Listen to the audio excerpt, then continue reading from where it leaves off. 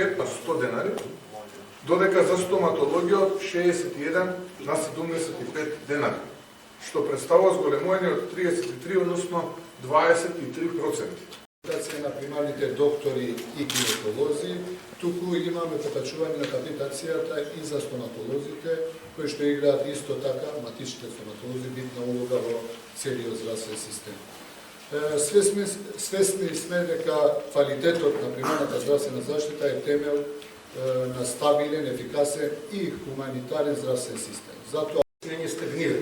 Значи може да направите историски чекор, само ако имате историско задоцнување, ние со примарната здравствена заштита сме во таа ситуација. За подсетување, пред 20 и повеќе години е воведен овој начин на финансирање и почетната ниво на капитацијата за општа медицина било 45 денари. Изгледа голем напредок меѓу 20 години дистанција. Ова зголемување на финансирањето на примарната здравствена заштита треба да бъде видливо. Прво, да се запре АДО, надолниот цен. Второ, да се подготвуваме за подобрување што се неопходни за ефективна примарна здравствена заштита.